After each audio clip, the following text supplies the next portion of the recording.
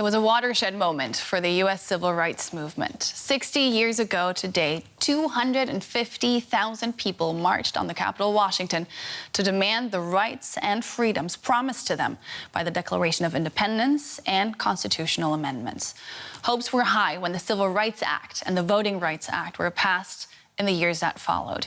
But even 6 decades after Dr. Martin Luther King Jr. made his impassioned plea for justice and equality by formulating the dreams he had for his children and the nation, that dream, one he shares with millions of people belonging to discriminated minorities in America, is still far from coming true. I'm Nicole Furlich in Berlin, and this is The Day.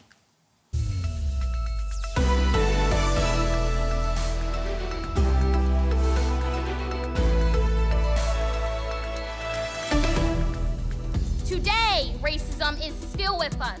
Poverty is still with us. And now, gun violence has come for our places of worship, our schools, and our shopping centers. We must preserve, protect, and expand democracy. We have to be ready to fight until hell freezes over. Yes, sir. And then we got to be ready to fight on the ice. The dreamers will win. The dreamers will march. The dreamers will stand up. Black, white, Jewish, LGBTQ. Welcome to the program. It's good to have you with us. 60 years ago to the day, on August 28th of 1963, U.S. civil rights leader Dr. Martin Luther King Jr. gave one of the most famous speeches in American history. He told a crowd of 250,000 people, the largest political rally Washington had ever seen up until that point, that he had a dream. That dream being that one day the United States would live up to its ideals and achieve racial equality. The March on Washington for Jobs and Freedom was widely credited with leading to the passage of the Civil Rights Act in the following year, which outlawed discrimination based on race, gender, and ethnicity. This weekend, thousands again marched in the U.S. Capitol, Washington, to remember that pivotal moment in the nation's history. But many of the speakers, including Dr. King's son, expressed concern over the state of race relations 60 years on. Here's some of what he had to say, along with the views from other Americans. I'm very concerned about the direction our country is going in.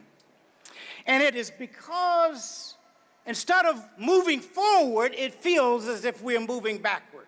You know, we are still in the struggle. We're still fighting the battles. We're still trying to integrate into a society that did not accept us in the beginning. We elected a black man to hold the highest office in the land twice, and that did, to me, that made me trust America, believe in the ideal of America. 60 years ago, Martin Luther King talked about a dream. 60 years later, we're the dreamers. The problem is we're facing the schemers. The dreamers are fighting for voting rights. The schemers are changing voter regulations in states. To dive a little deeper into the legacy of the March on Washington and the work still ahead to achieve racial justice, we can now speak to attorney Barbara Arnwine, former head of the Lawyers Committee for Civil Rights, who joins us from Washington. Welcome back to The Day. So good to see you. Now, how do you think Dr. King would view the state of affairs in the U.S. today? I think he would find it troubling, disturbing, off course, derailed. He would want to see a new beginning in America towards justice, towards racial justice. He would be distressed watching this current campaign season and having seen the GOP debate last week. He would have said, this is all wrong-headed, that you cannot win with hate, that you got to change this entire narrative to be inclusive and to be really focus on a multiracial democracy and stop, promoting, dismissive, hateful narratives. What is to blame for this troubling state of affairs as you describe it?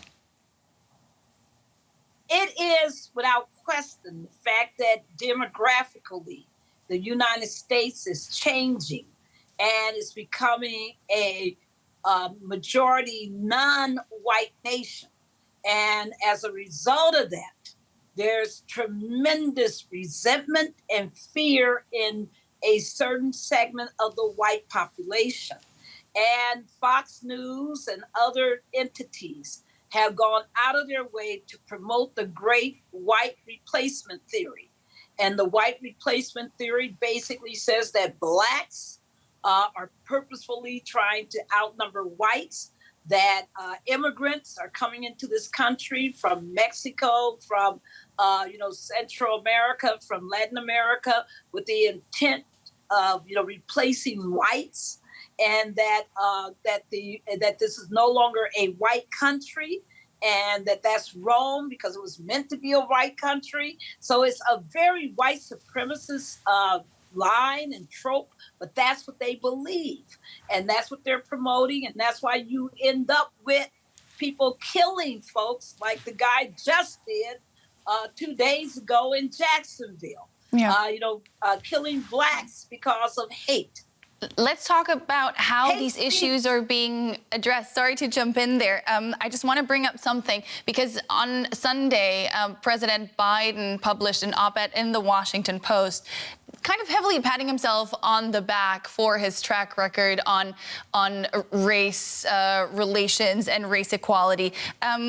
In your opinion, how well has the Biden-Harris administration done so far in addressing these issues?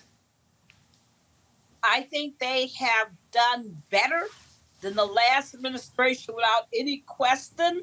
I think they've actually, in some regards, have done even better than the Obama administration. But I do think they have a long ways to go, though. There's a lot of leadership that they have to learn to exert in this moment to get ahead of the tide of hate.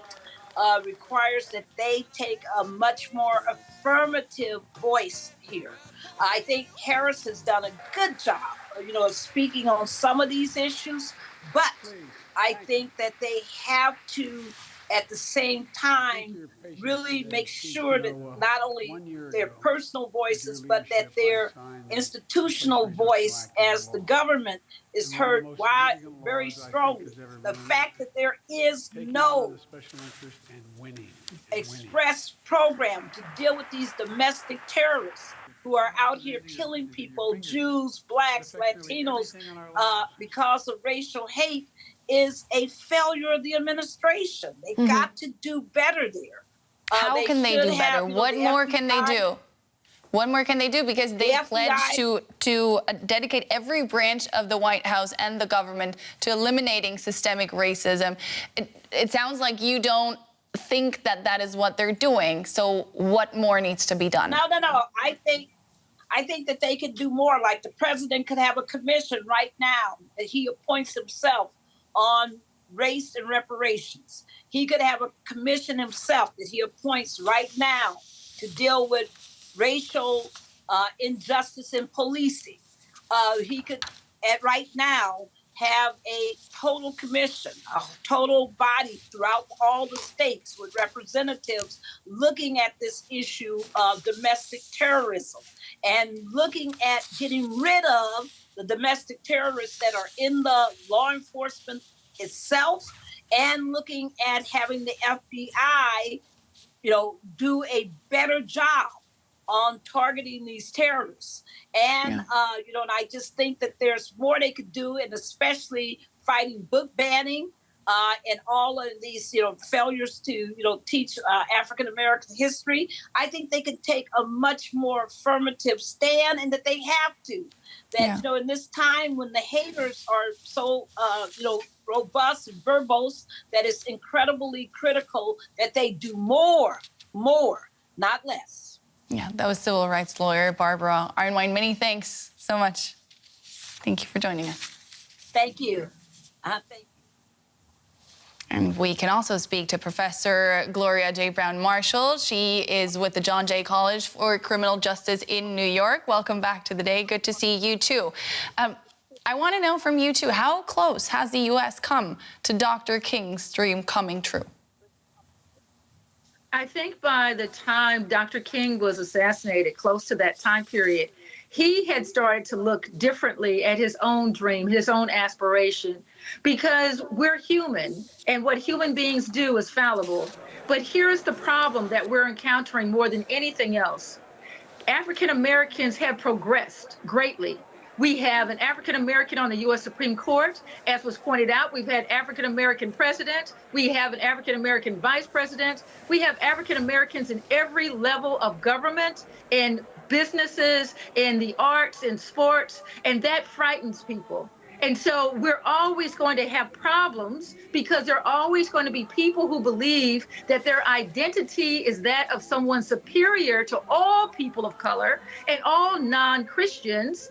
And so therefore, there's always going to be a problem. But this country has to realize that this is an ongoing problem. And there always has to be this idea, as in Germany, where you have ongoing issues when it came to anti-Semitism, and you work steadily on that. This country has to work steadily on it and not think just because one positive thing happens that all of racism has been wiped away. Yeah, I'm glad you mentioned this because I want to bring up something that is, of course, happening while we are celebrating the 60th anniversary of the March on Washington. There is a hyper-polarized kind of feeling in the country, especially when talking about critical race theory and the teaching of it. This has become a hot-button issue, and it's so emotionally charged and instrumentalized. How is this affecting the process of actually coming to terms with the U.S. history and the present of racial discrimination? Excellent question, because it's going to hurt a little. It's going to be embarrassing because this country had some horrible practices. This country took the land of the indigenous people and it kidnapped Africans from around the world, brought them here under pain of death to work to build this nation. It treated many immigrants from Europe horribly. And you can't just say, oh, this is a wonderful nation, look at what we have now, and try to turn your back on your past. It's going to continue to haunt you. And so this country is haunted by its past. And instead of being mature and saying critical race theory, African-American history, and other histories of people who have been oppressed in this country will be something we learn from and become stronger going forward, many people in this country are thinking they want to believe in a tooth fairy. They want to believe in the lie of the past. They want to live in a make-believe world where they are only good and everybody who's a person of color benefited only from the goodness of white people. And it's not true. And so there are many people, especially young people, who have been waking up based on this history. And that's why there are certain people who are conservatives who want to live in the past and make believe that all the past didn't happen the way it actually did. And because young people, K through 12 and are up to 18-year-olds, our college students, are starting to open their eyes and not question whether or not this is a good country, but take it as its fullness of history. And this country is one that can deal with its past once we get there. And that's the problem. There are certain people who don't want to deal with it and don't want to get there and don't want a healthy country. And unfortunately, they're in powerful positions. But the truth is powerful too. And as Martin Luther King said, it can be crushed to the ground, but the truth will rise up. How can we get there? How can we get to the point where we can talk about race and come to terms with the past to build a better future for all? The same way Germany did, the same way so many other countries did. It's going to be a little painful. It's going to be uncomfortable.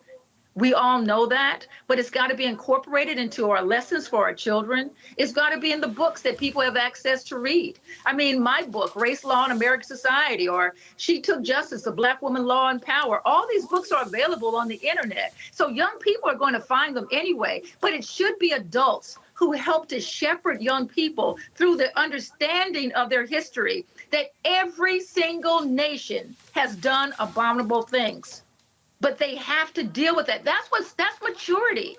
We've all failed in some way as adults, but we have to own up to our failures and become stronger, better people. And our young people, through books, through plays, I'm a playwright, through many different avenues, can learn about our country. And those people of goodwill who want to know more can read books, can go to plays, can have better understandings. This conversation we're having right now is so necessary to the ongoing understanding of what a nation has done in the past, what it has to do in the present to be better in the future. Thank you so much for having that conversation with me. That was constitutional law professor Gloria J. Brown Marshall. Bye-bye.